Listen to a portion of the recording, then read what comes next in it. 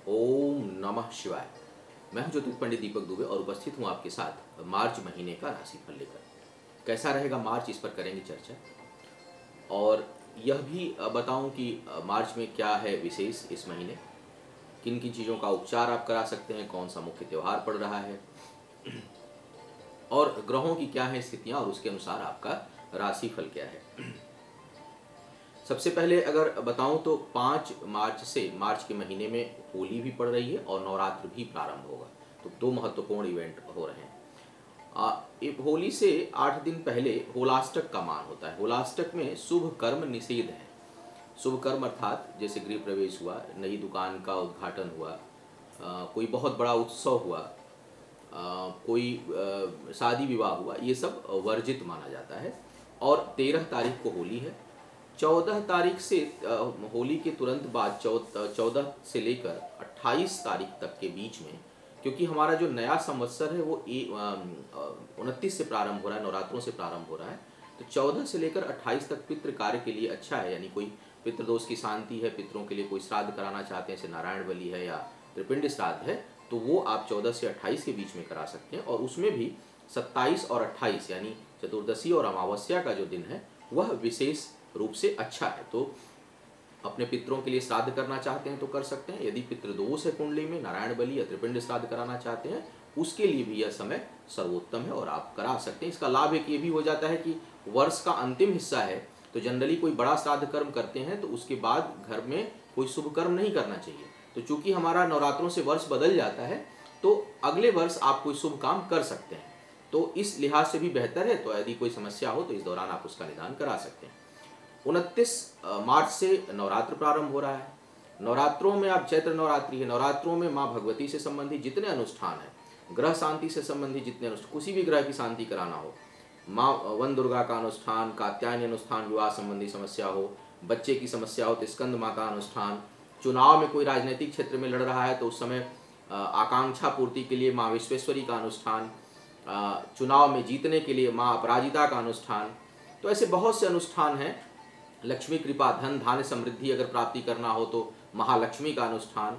तो इस तरह के बहुत से अनुष्ठान जो है नवरात्रों में किए। और उसके अलावा सभी ग्रहों की शांति, चाहे राहु खराब हो, शनि खराब हो, केतु खराब हो, सूर्य खराब हो, नवरात्रों में किसी भी अनुष्ठान का प्रभाव बढ़ जाता है, तो उसको आप इस समय करा सकते हैं। और अगर हमारे द्वारा कराना चाहते हैं तो उसकी बुकिंग हमारे वेबसाइट के माध्यम से करा सकते हैं, हमारे कार्यालय में संपर्क करके। अब जैसा कि आप सभी जानते हैं कि मंदिर निर्माण का कार्य चल रहा है। जो भी शुभेच्छु, जो भी लोग स्वेच्छानुसार अपना योगदान देना चाहते हैं मेरे मंदिर निर्माण के कार्य में, माँ भगवती के मंदिर के लिए, विष्णु लक्ष्मी के मंदिर के लिए, नारायण के मंदिर के लिए, नवग्रह स्थापना के लिए, तो सहयोग भेज सकते हैं। अपना सहयोग के लिए भी पेज बना हुआ है डोनेशन का, वहाँ के माध्यम से आप मुझे सहयोग, अपना स्वैच्छिक सहयोग जो आपकी इच्छा हो उसके अनुसार आप सहयोग भेज सकते हैं। अब राशिफल मुझे प्रारंभ करना है। कई लोग सिर्फ राशिफल देखते हैं और कुछ लोग मेरी बातें भी सुनते हैं। तो अभी कुछ एक बहुत इस प्रश्न को मैंने इसलिए लिया है, मैं प्रश्न देखिए बहुत लोग भेजते हैं।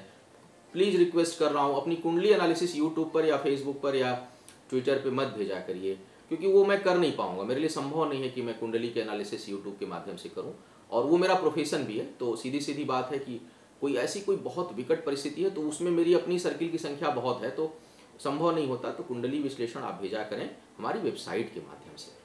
और कोई ऐसा प्रश्न जो ज्ञान से संबंधित हो, कोई जन सामान्य का हो, तो सबका तो उत्तर नहीं, इतना ज्ञानी नहीं हूँ, लेकिन हाँ स्वाध्याय करता हूँ, अध्ययन के क्षेत्र में हूँ, कोशिश करता हूँ, प्रयास करता हूँ कि कुछ अगर ऐसी बात हो और उसमें जहाँ तक मेरे पास ज्ञान है उसके माध्यम से मैं आपको उसमें मार्गदर्शन कर पाऊँ। आज जो मैंने प्रश्न लिया है वो उपचार से संबंधित है कि उपचार की सार्थकता कितनी है, क्या उपचार सही है या उपचार से प्रभाव पड़ता है या नहीं पड़ता है। और प्रश्न मैंने इसलिए भी लिया कि जो भेजने वाले हैं महानुभाव, वो अब इनकी आईडी तो 007 है, तो लेकिन मैंने जब पूरा पढ़ा तो देखा कि इन्होंने नाम आदरणीय अनिरुद्ध कुमार मिश्र जी हैं और हमारे पेशे में रहे हैं, 25 वर्ष का लिखे हैं कि ज्योतिष का मुझे अनुभव है, और मेरे लिए शुभकामना भी इन्होंने करी है और लिखा है कि अपार खुशी है कि आप इतने स्पष्ट तरीके से इस प्राच्य विद्या को स्वतः स्फुरित भाव से जनमानस में रख रहे हैं। आपके विचार को ग्रहों के विभिन्न टॉपिक पर सुनता हूँ। मुझे बहुत अच्छी लगती है कि आप बिना लाग लपेट के बात अपनी करते हैं। बहुत आभार अनिरुद्ध जी आपका, आपने तारीफ की। और आपका एक प्रश्न है कि इन्होंने एक प्रश्न, बहुत लोग जो सुनने के इच्छुक हो इसको जरूर सुने, क्योंकि बड़ा इसमें कुछ चीज़ें मिलेंगी आपको। राशिफल की चर्चा इसके बाद करूंगा, तो जिन्हें राशिफल सुनना हो 2-4 मिनट प्रतीक्षा कर सकते हैं। अब इनका प्रश्न है, मैं पूरा पढ़ना चाहता हूं क्योंकि प्रश्न में ही आपका उत्तर भी छुपा है। अनिरुद्ध जी, आपको भी उत्तर दे रहा हूं और आपसे संबंधित आपकी तरह जितने लोगों के मन में संशय है उनके लिए भी यह उत्तर दे रहा हूं। अब इन्होंने लिखा है कि मैं 25, चूंकि यह सार्वजनिक रूप से आपने डाला है तो इसलिए मैं सार्वजनिक रूप से आपका नाम भी ले रहा हूं और आपके बारे में भी बता रहा हूं कि मैं अपने जीवन के 25 वर्ष ज्योतिष विद्या को दिया और मेरा जीवन मामले में यशस्वी रहा, परंतु मैंने इस विद्या से खुद को विगत कर लिया, अलग कर लिया, पिछले साल से अलग कर लिया, क्योंकि ज्योतिष प्रकाश मात्र ही है, उपाय नहीं है। मेरी भविष्यवाणियां न केवल कई को आज उस पद पर जाकर रखा है जहां उन्हें इसका सपने भी नहीं आते थे, और कई ऐसी की जो कि अचंभित कर गई। पर प्रभु, मेरा सवाल आपसे यह है कि उपाय और मंत्र पिछले जन्म के कर्म विपाक का सिद्धांत मात्र है। वैसे मैंने अपना विचार मात्र रखा है, मैं इस क्षेत्र में रेत का कण मात्र भी नहीं हूँ, अतः उपाय का सार महत्वहीन नहीं होगा। मेरी इच्छा है कि आप इस पर एक वीडियो उपाय की सार्थकता पर देने का कष्ट करें। अलग से वीडियो नहीं दे पाता हूँ क्योंकि बहुत लोग नहीं पढ़ पाते, क्योंकि और राशिफल 35,000, 40, 50,000 तक लोग पढ़ते हैं, सुनते हैं, तो इसलिए मैं इसी में इसको शामिल किया मैंने। अब देखिए, पहली चीज़ तो मिश्रा जी, आप मेरे से बड़े हैं, अनुभवी हैं, क्योंकि आपको 25 वर्ष का अनुभव है, मुझे करीब 10 वर्ष का भी अनुभव है, तो उस लिहाज से मैं आपसे छोटा हूँ। लेकिन जो प्रश्न आपने पूछा है, दिया है, उसमें विरोधाभास है। आपने लिखा है कि मेरी भविष्यवाणी से कुछ लोग उस जगह पर पहुंच गए जहां के वो सपने भी नहीं देखते। तो अगर केवल भविष्यवाणी से लोग वहां पहुंचे तो इसमें तो कहीं कोई आपका या हमारा योगदान नहीं है। इसका मतलब उन्हें पहुंचना था तो वो पहुंच गए। आपने बता दिया कि आप पहुंच जाएंगे, तो इसमें हमारा कोई योगदान नहीं है। हाँ, अगर उनको कोई आपने उपाय बताया हो, आपने उनको कोई तरीका बताया हो वहां पहुंचने का, और तब वो पहुंच गए, तब हमारी या आपकी बताने वाले की महानता है। और इसमें मुझे विरोधाभास लगा कि एक तरफ आप कहते हैं कि सिर्फ ज्योतिष प्रकाश से उपाय नहीं बताता, और दूसरी जगह आप लिखते हैं कि मैंने बताया लोग कहाँ से कहाँ पहुंच गए। तो थोड़ा इसको, ये मुझे विरोधाभासी लगा। अब दूसरी बात जो है आपका कि ज्योतिष उपाय नहीं है, इस बात से आपके सहमत हो, और मैंने कई बार कहा है कि ज्योतिष उपाय नहीं है। अब मैं अपने सभी दर्शकों को बताता हूं कि ज्योतिष क्या है। कई बार इस पे बोल भी चुका हूं, फिर बता रहा हूं।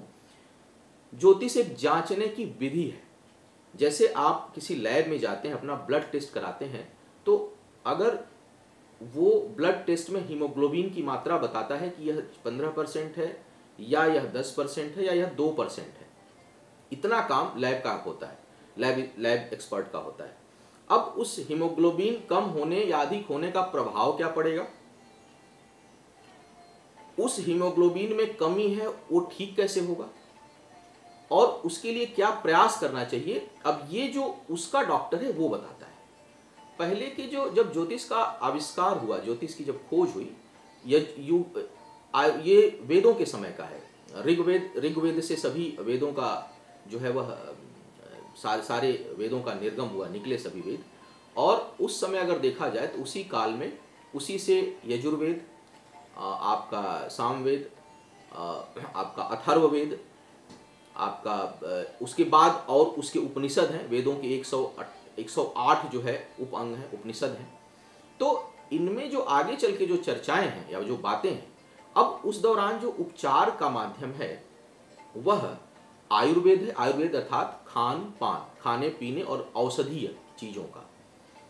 दूसरा हुआ, पतंजलि ने अष्टांग योग की चर्चा की। तो योग के माध्यम से अपने शारीरिक क्षमता को बढ़ाना, या अपने, क्योंकि शरीर में ही मन का वास है, तो शरीर ठीक रहेगा, शुद्ध रहेगा तो मन शुद्ध रहेगा, खान पान शुद्ध रहेगा तो भी मन चित्त शुद्ध रहेगा। तो खान पान के लिए आयुर्वेद बना, रहन सहन के लिए योग बना, अपनी शारीरिक और आध्यात्मिक क्षमता। आध्यात्मिक एक्चुअली डायरेक्ट योग से नहीं बनती, लेकिन योग जो है उसके योग्य आपको बना देता है, योग योग्य बनाता है। तो योग का खोज हुआ। अब एक तीसरी चीज उस समय समस्या मौजूद हुई कि हम कई काम कोई करते हैं, कल को कैसे जाने, कल होने वाले सिस्टम को कैसे जाने, यह रोग होने की संभावना है यह कैसे जाने, जीवन कैसे चले, मृत्यु कैसे चले, संतान कैसे हो, आर्थिक स्थिति कैसे सुधरे, उस पे काम हुआ ज्योतिष के माध्यम से। तो ज्योतिष जो है वो जैसे नब्ज नाड़ी वैद्य पकड़ के देखता है कि क्या है, उसी प्रकार एक अच्छा ज्योतिषी समय को बताता है।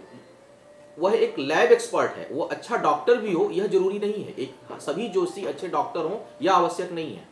लेकिन कुछ ज्योतिषी जो, जैसे अब मैं अपना उदाहरण लूं, मैं बहुत अच्छा ज्योतिषी हूं या नहीं हूं यह मैं बात नहीं करता, लेकिन प्रयास करता हूं अच्छा होने का। कि जैसे अब मैंने कभी किसी को, अभी कल परसों की बात है, मैं किसी को परामर्श दे रहा था तो मैंने कहा कि चंद्रमा कमजोर है, बहुत ज्यादा एंग्जाइटी बढ़ रही है, स्ट्रेस बढ़ रहा है, अब इसमें तुरंत मंत्र कोई नहीं काम करेगा। इसका तत्काल उपचार यह है कि आप खूब पानी अधिक पीजिए, आप थोड़ा योग का सहारा लीजिए, थोड़ा मेडिटेशन करिए ताकि आपका मन शांत हो। क्योंकि हर जगह मंत्र ही काम करे यह आवश्यक नहीं है, और यही भ्रम इस समय फैला हुआ कि ज्योतिष तो कुछ भी कर सकता है। इस भ्रम को हटा दीजिए। ज्योतिष सत्य में उपचार नहीं है। 3 तरह के उपचार काम करते हैं। पहला, दैहिक समस्या हो तो औषधीय उपचार काम करेंगे।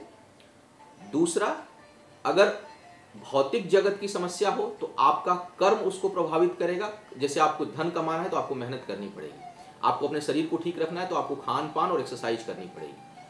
तीसरी समस्या आती है सूक्ष्म समस्या, दैवीय समस्या। इसकी चर्चा हर जगह है। देवबल, जैसे अर्जुन को कृष्ण ने गीता में यह श्लोक में है, बात है कि जब युद्ध होने से पहले अर्जुन को कृष्ण ने कहा कि तुम्हारे पास बहुत ज्ञान है, तुम बहुत चीज़ों का जानकारी है, तुमको इंद्र ने का वरदान है, बहुत से देवताओं का वरदान, इंद्र के तो तुम पुत्र ही हो, और तुमने धनुर्विद्या में बहुत से गुण सीखे हैं, लेकिन जब युद्ध होगा तो तुम्हें दैवीय शक्ति की आवश्यकता होगी, उसके लिए तुम शक्ति की उपासना करो, देवी की उपासना करो। राम भी रावण पर चढ़ाई करने से पहले भगवान शिव का अभिषेक करते हैं, रुद्राभिषेक करते हैं रामेश्वरम में।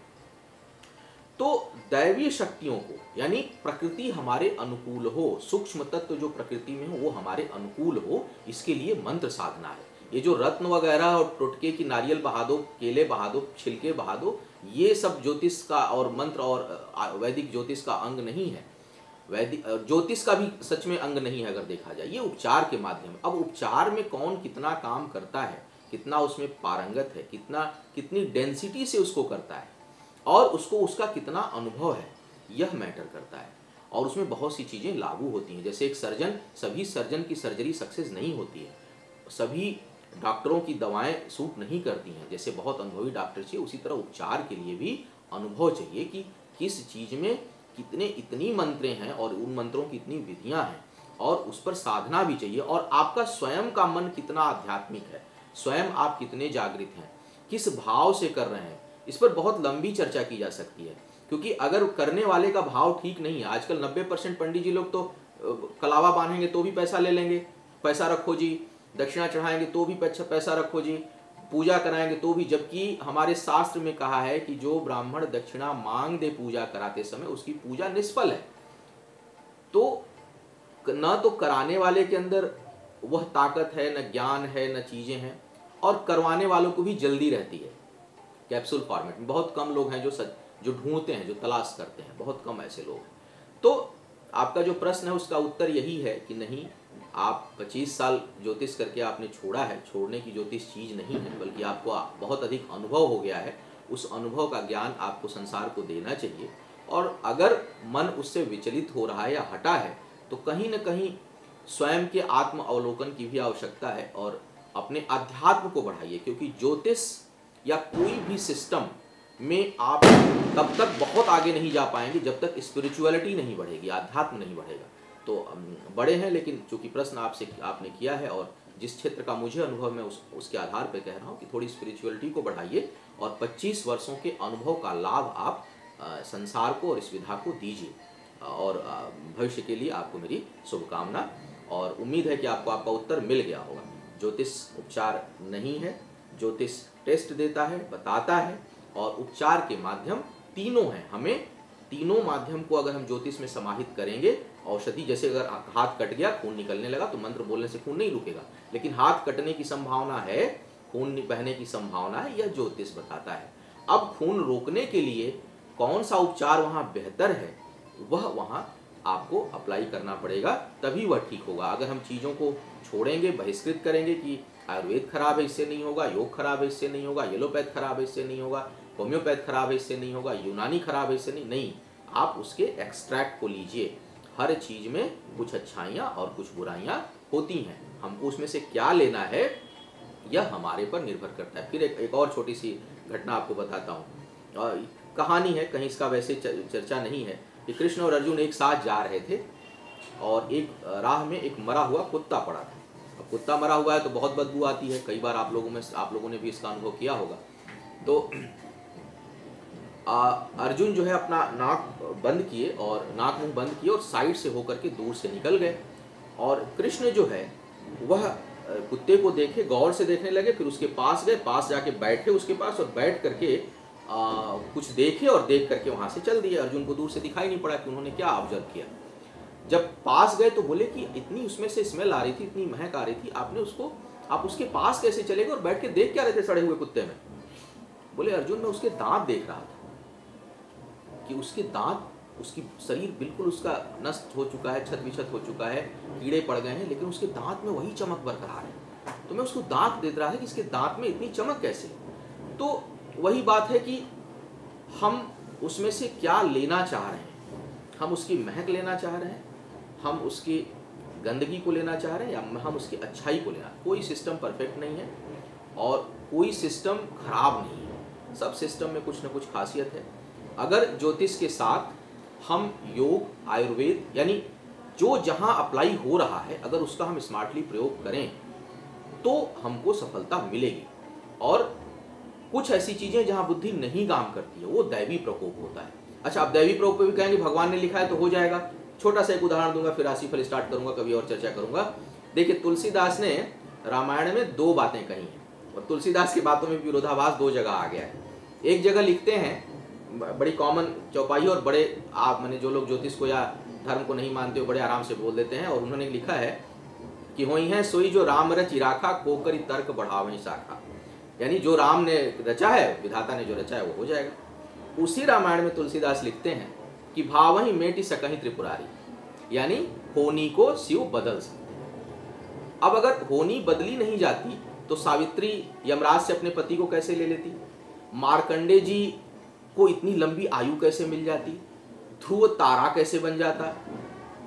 तो ऐसे बहुत से उदाहरण दिए जा सकते हैं जहां होनी को ईश्वर से लड़ करके भी लिया जा सकता है। अब लड़ने वाले के अंदर क्षमता कितनी है, लड़ने वाले के अंदर भाव कैसा है, और उद्देश्य क्या है, जो हम प्राप्त करना चाह रहे हैं उसके पीछे उद्देश्य क्या है, तभी उसकी पूर्ति और उसके होने का भाव पता चलेगा। चलिए, अब बहुत लंबा हो गया, कभी और चर्चा करेंगे किसी विषय पर। अब बात करते हैं राशिफल पे फटाफट।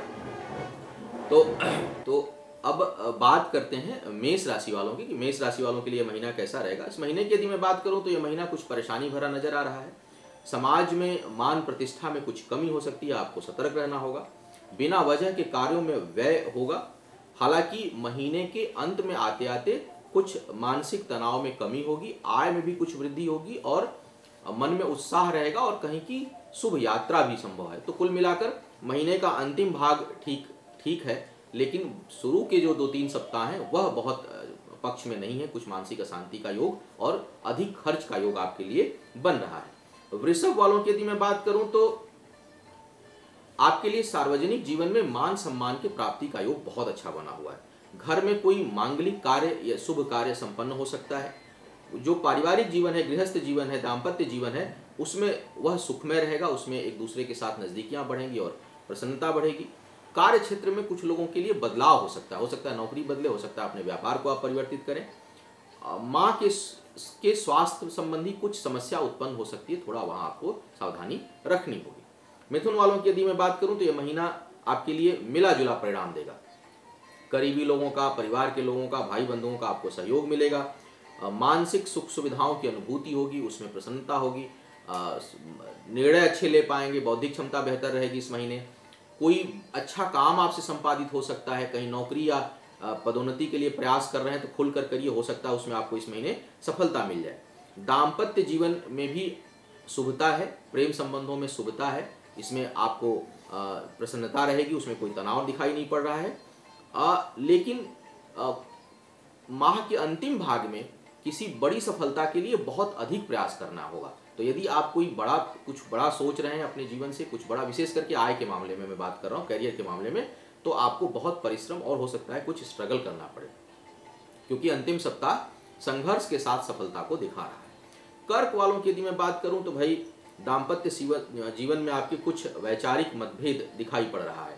दाम्पत्य जीवन में कुछ तनाव है, प्रेम संबंधों में कुछ तनाव है, मन कुछ खिंचा रहेगा, कुछ खिन्न रहेंगे, तनाव से भरे रहेंगे, कुछ उदासी और उत्तेजना हावी रहेगी इस समय। सामाजिक मामलों में कुछ मान सम्मान या पद प्रतिष्ठा की हानि संभावित है। तो भाई जो लोग विशेष करके सामाजिक जीवन में है या राजनीतिक जीवन में है, वो थोड़े सतर्क रहें, इस समय कुछ परेशानी उत्पन्न हो सकती है। कर्ज लेने से इस समय आपको बचना है और अपने वाणी पर संयम रखना है, अन्यथा बने हुए काम भी आप बिगाड़ सकते हैं। मित्रों से धोखा मिलने का भी संकेत है, सावधान रहिएगा। तो कुल मिलाकर यदि देखूं तो ये महीना कुछ परेशानी उत्पन्न करने वाला है। सिंह वालों की बात करूं तो ये महीना कुछ आपके लिए सामान्य है, सुख सुविधाओं का लाभ मिलेगा, मित्र और जो करीबी लोग हैं वो सहयोगी आपके लिए रहेंगे, और जो भी मानसिक तनाव चल रहा था कार्यस्थल पर विशेष करके, वहां पर कुछ आपको राहत मिलेगी, वहां कुछ आपको लाभ मिलेगा, कुछ आपको शांति मिलेगी और आपका परफॉर्मेंस बेहतर होगा। सिंह वालों के लिए मैं लगातार कुछ निगेटिव चीजें बता रहा था क्योंकि ग्रह अच्छे नहीं चल रहे थे, लेकिन अभी भी राहु का प्रभाव तो बना हुआ है, लेकिन फिर भी कई मामलों में आपको राहत इस समय मिलेगी। माह का अंतिम जो भाग है उसमें कुछ परेशानी और कहीं कुछ अपमान या कोई आपके जो आपका जो सम्मान है उसको कहीं ठेस पहुंच सकती है, तो थोड़ा सतर्क होकर के व्यवहार करिएगा आप। कन्या वालों की यदि मैं बात करूं तो बिना वजह के वाद विवाद में ना पड़े आप, अन्यथा फंस जाएंगे, अन्यथा कुछ आर्थिक हानि और सामाजिक हानि आप करा सकते हैं। उच्च अधिकारियों से मनमुटाव की संभावना बन रही है, परिवार में कुछ तनाव विवाद की स्थिति बन रही है और बहुत अधिक थका देने वाला महीना होगा, बहुत व्यस्त दिनचर्या हो सकती है। इसके कारण शारीरिक और मानसिक तनाव उत्पन्न होगा। तो मुझे लगता है कि संभल कर चलना है, रिलैक्स होकर के काम करना है, बहुत वाद विवाद में नहीं उलझना है, किसी दूसरे में टांग नहीं फंसाना है और संयमित रह करके चलेंगे, तभी इस महीने को बेहतर बना पाएंगे। तुला वालों की यदि मैं बात करूं तो क्रोध और वाणी पर संयम रखिए, बहुत अधिक क्रोध बढ़ सकता है, वाणी असंयमित हो सकती है, उतावलापन और उत्तेजना हावी रहेगी, तो उस पर भी आपको नियंत्रण रखना है। संभल कर चलिए, कार्यस्थल पर कुछ कठिनाइयां हैं, आय से अधिक व्यय, यानी जितने इनकम होगा उससे अधिक एक्सपेंडिचर होगा, जिससे आपको मानसिक तनाव मिलेगा। करीबी लोग धोखा दे सकते हैं, विशेष करके माह के मध्य भाग के बाद थोड़ा सतर्क रहना है, वहाँ कुछ नकारात्मक चीज़ें दिख रही हैं। साहस और पराक्रम में आपकी कुछ कमी रहेगी और अपने सम्मान में भी कुछ कमी महसूस करेंगे आप, अपने आसपास लगेगा जैसे कि लोग आपको निगलेक्ट कर रहे हैं, तो इस तरह की स्थिति बनेगी, निग्लिजेंस फील करेंगे कि आपको लोग वरीयता नहीं दे रहे हैं, आपको लोग प्राथमिकता नहीं दे रहे हैं, लोग आपकी बात नहीं सुन रहे हैं। इस तरह की स्थिति आपके लिए 15 मार्च के बाद उत्पन्न हो सकती है, तो थोड़ा धैर्य रखे रहिएगा। सूर्य जब डूबता है तो डूबते समय सूर्य को कोई प्रणाम नहीं करता, उगते सूरज को सभी प्रणाम करते हैं, लेकिन उससे सूर्य पर फर्क नहीं पड़ता, वह पुनः उगता है, पुनः वह प्रकाशित करता है दुनिया को। तो कभी कोई चीज़ आपके पक्ष की नहीं हो रही है, आपके मन के अनुकूल नहीं हो रही है, तो धैर्य रखना चाहिए और अपने को रीस्टोर करके फिर से काम पे लगना चाहिए। वृश्चिक वालों की यदि मैं बात करूं तो आपके लिए अच्छा महीना है। कई आजकल देख रहा हूँ आता है कि अभी भी आप वृश्चिक के लिए, मुझे वृश्चिक के लिए मैं भी परेशान हो गया हूँ कि मैं बोलूँ कि वृश्चिक के लिए अच्छा समय है। तो मार्च का महीना मुझे कुछ अच्छा दिखाई दे रहा है आप लोगों के लिए। मित्रों से सहयोग और सफलता मिलेगी, जो कोई शत्रु है वो परास्त होगा, उसका नाश होने में आप समर्थ होंगे, नाश करने में। भूमि भवन और वाहन के लिए भी यह महीना अच्छा है, तो यदि कुछ आप नया खरीदना चाहते हैं तो इस महीने खरीद लीजिए हैं। और विशेष करके महीने में तो ही बहुत समय नहीं, तो या तो होली से पहले लीजिए या होली के बाद वाला उतना अच्छा समय नहीं होता है, लेकिन इसका योग बनेगा, आप चाहें तो उसको देख सकते हैं, पसंद कर सकते हैं। यात्रा का योग यदि कोई बन रहा है तो उसे आप करिए, उसमें आपको लाभ मिलेगा। एक बड़ी अच्छी और बात नजर आ रही है, आपकी जो संगति है, जो मित्रता है, वो अच्छे लोगों से बनेगी, नेक लोगों से बनेगी, सहृदय लोगों से बनेगी, जिससे आपको सही मार्गदर्शन मिलेगा और आप सही निर्णय ले पाएंगे। कुछ लोगों की जो बकाया धन है, फंसे रुके हुए पैसे हैं, उसके मिलने की भी संभावना इस महीने बनेगी आपके लिए। अब धनु वालों की बात करता हूँ। धनु वालों के लिए यदि बात करूँ तो करीबी लोगों का आपको सहयोग मिलेगा।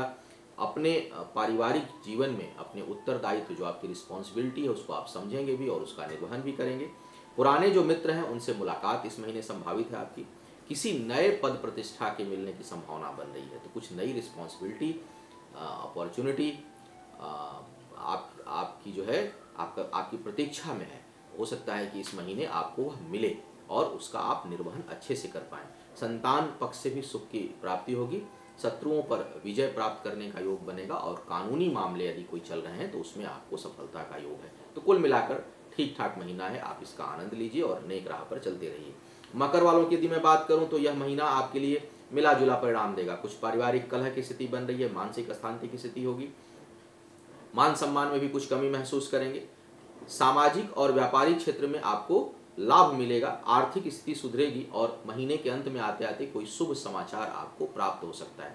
तो पारिवारिक जीवन में कुछ कमी, कुछ अशांति, कुछ कष्ट दिखाई पड़ रहा है, लेकिन सामाजिक मामले में और व्यापार के मामले में यह महीना आपको अच्छा परिणाम देगा, कार्य के मामले में अच्छा परिणाम देगा और मार्च के अंतिम भाग में कोई शुभ समाचार की प्राप्ति कैरियर से रिलेटेड हो सकती है आपको। कुंभ वालों की यदि मैं बात करूं तो